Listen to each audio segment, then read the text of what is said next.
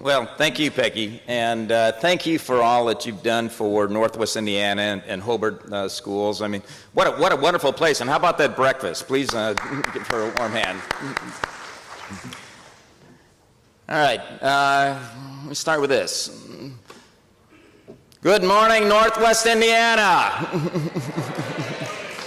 Thank you all for coming today, and I appreciate your putting this time and effort in to truly try to make a difference in Northwest Indiana and in the lives of young people here. Peggy mentioned that I work at NIPSCO. I head up our economic development team. We cover 30 counties all across Northwest Indiana, and I can tell you firsthand that the business community is really counting on you to help us move our economy forward. At the same time, we know that we can't tell you how to teach young people what we're looking for. So it's going to take collaboration. So in essence, teamwork.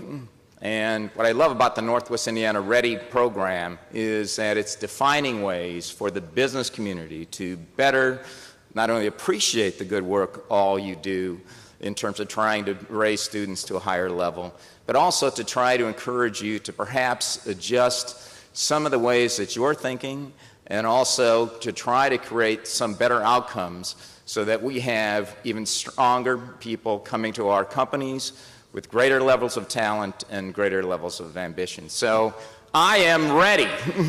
I am ready to work with all of you. But it's not about whether I'm ready. It's about whether we collectively are ready. Are we ready to do the hard work? That means that I, in business, am actually going to have to define what we want in a young person or even an older person that comes to work for us. And are we going to go through the rigor of defining individual pieces of what's required in terms of to perform a job? Are we in business ready to think about investing in R&D and that new product that we can actually compete in the global marketplace with? And challenge people that work within our organization to help us build that new thing, provide that new service that can create more wealth in Northwest Indiana. A lot of rigor has to go in on the business side. And the challenge for businesses is that we haven't got a lot of money to continue to invest in our people, particularly when they first come through the door.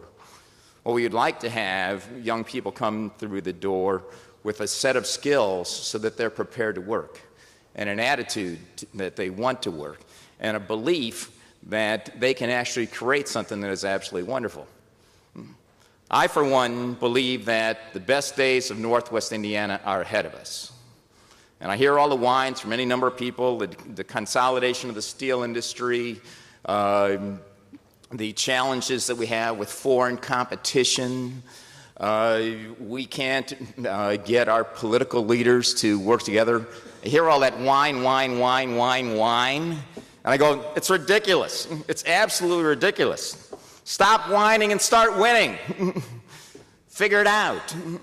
But it's going to take work on both sides, and we can collectively do that together. We have to create young people that believe in a dream that they can actually make a better income than their parents. You know, I look for somebody to write the articles, and I guess I'm going to have to write it myself, is that when I get out of school, I can make $25,000, or when I get out of school, I can make $50,000, or when I get out of school, I can make $75,000. Or I believe that when I get out of school, I could go to Arsler Middle with a 2-year technical degree and start out at $50,000 or $60,000 and make 6 figures in 5 years.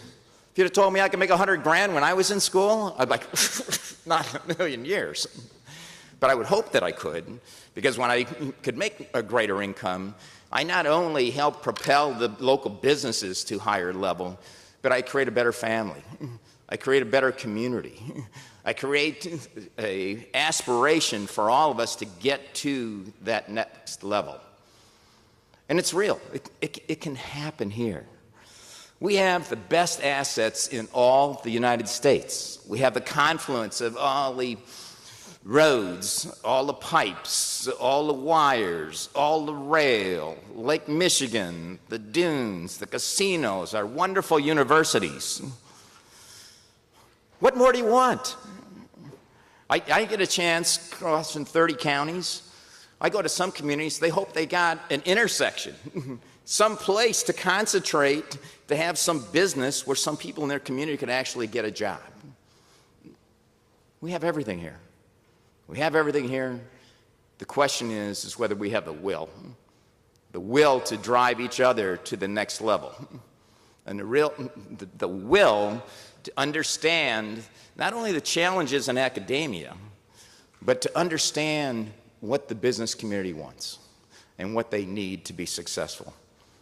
Because that top CEO or the CFO or pick the operations manager, they're sweating every dime that they invest in their business. And they're also trying to convey to their corporate leadership that Northwest Indiana is a great place to invest. We literally have billions of dollars here invested in the steel mills. ArcelorMittal just committed $200 million to their new boiler setup. U.S. Steel committed $220 million to their carbon alloy new process. We have the North American Research and Development Center for ArcelorMittal in East Chicago. These guys still employ, last count, 19,500 people in Northwest Indiana. And they have over a $2 billion annual payroll, so we're lucky that we still have them there. But it's not enough.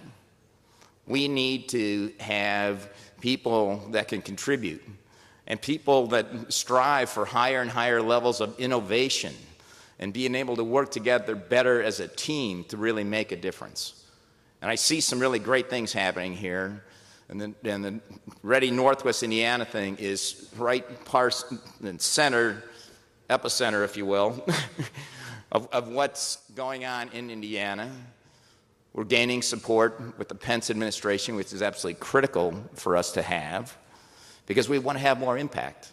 And have more impact, it's going to take some resources.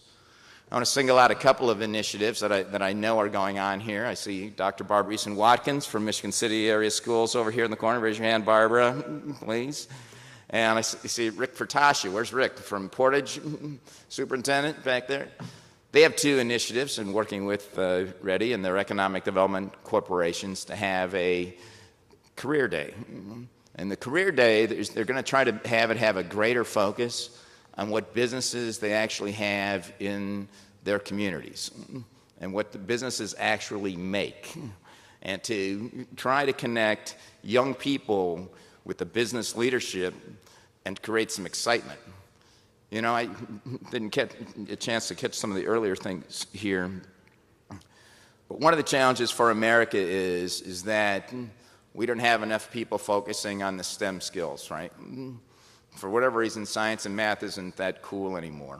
And I was fortunate enough that I had a supportive family. We didn't have much, but I still remember going to the Museum of Science and Industry on a field trip with my school. And we're up there, and the guy takes a banana, and he puts it in a glass of liquid, just happens to be liquid nitrogen, freezes the banana, takes out a 2x4 and a nail, and uses this banana to hammer a nail into a piece of wood. I thought, that is so cool. I mean, geez, what would I have to do to learn how to hammer a nail with a banana? You know, and there's other examples that kind of pique your interest in terms of what might get you interested in math and science. And I think that's a collective challenge for all of us, to find those fun things, to find those interesting things, to, you know, for my challenge, figure out how to use an iPhone. Now, our young people are, you know, light years ahead of that. But we all need to learn this new technology, and we all need to work together to make something happen. So let me ask this. Are you ready? That wasn't very good. Are you ready? Thank you.